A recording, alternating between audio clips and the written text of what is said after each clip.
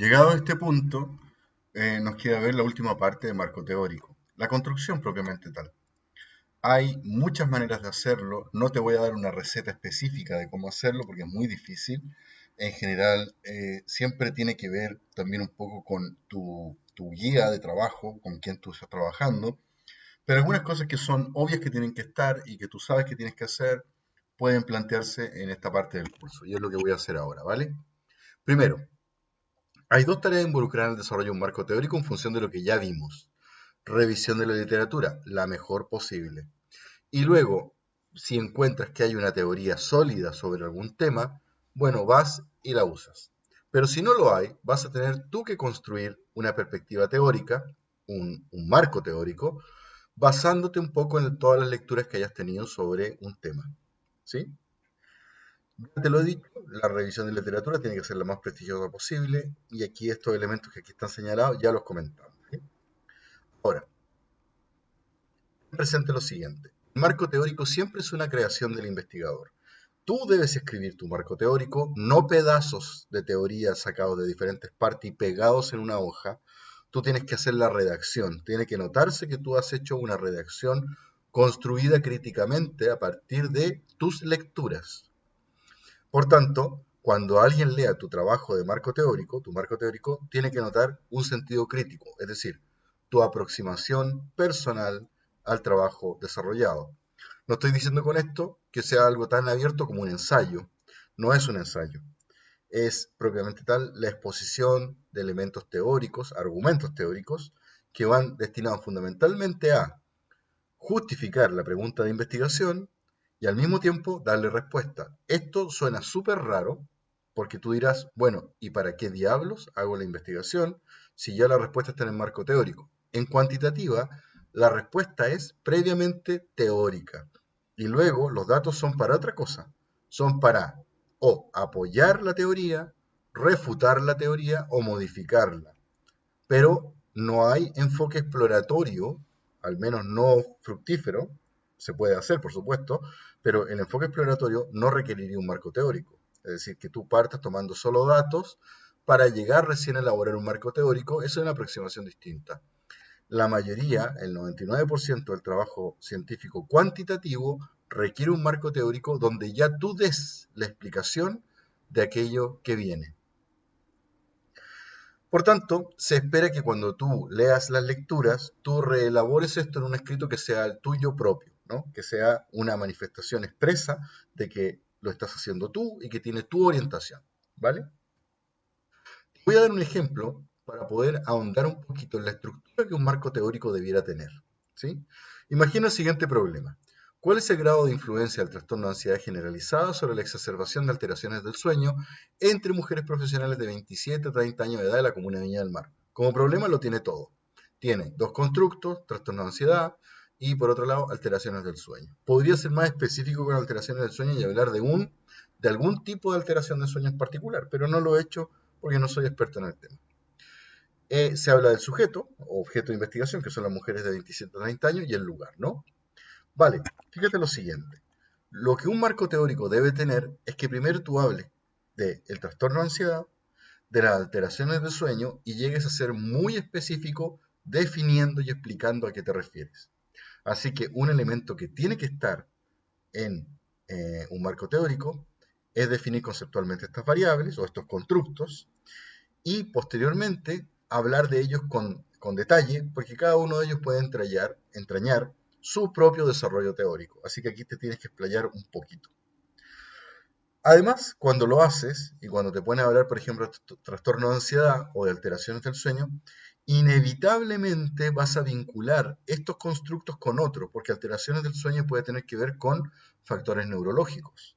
¿Sí? Puede haber algún tipo ahí de vínculo con dificultades de carácter neurológico.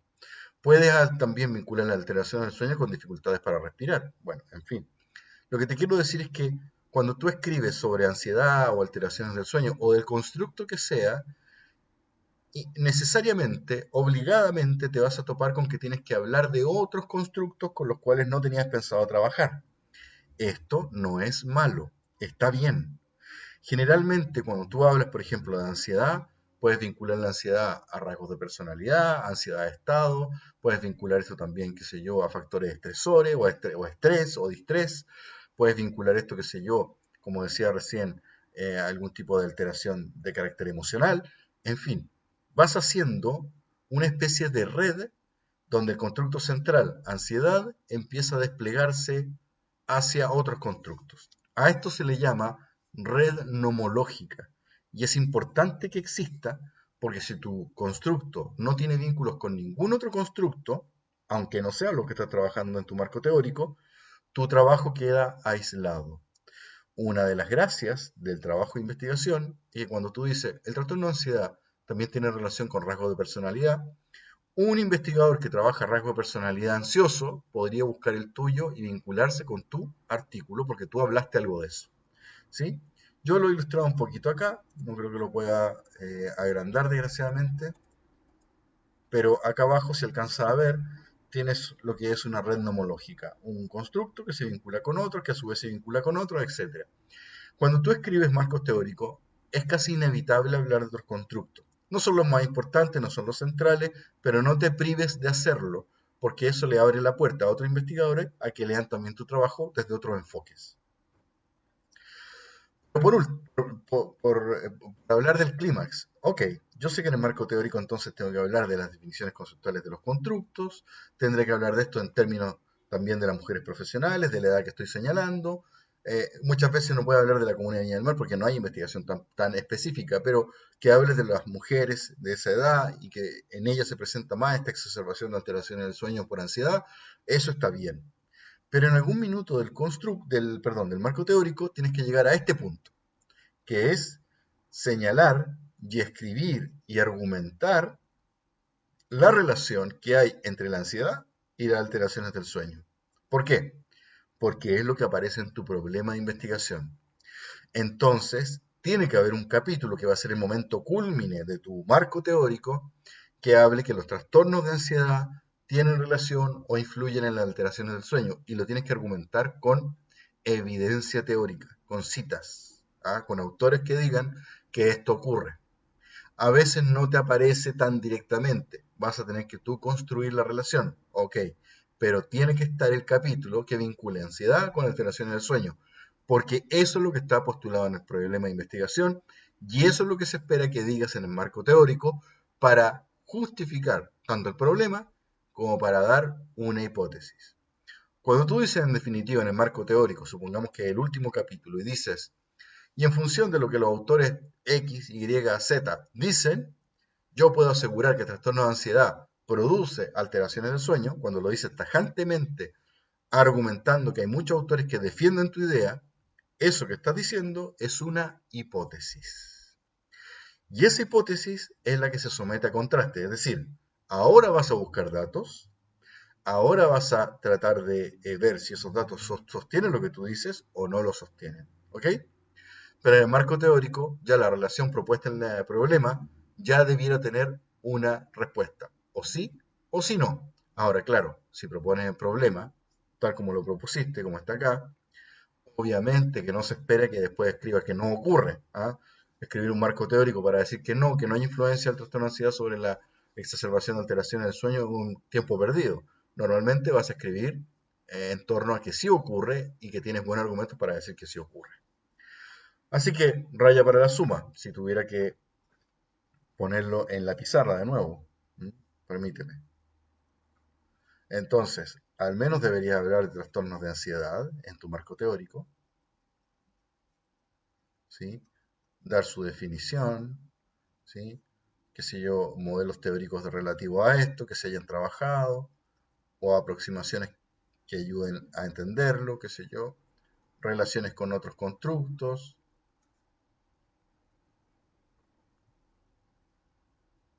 ¿vale? Y lo mismo para alteraciones del sueño.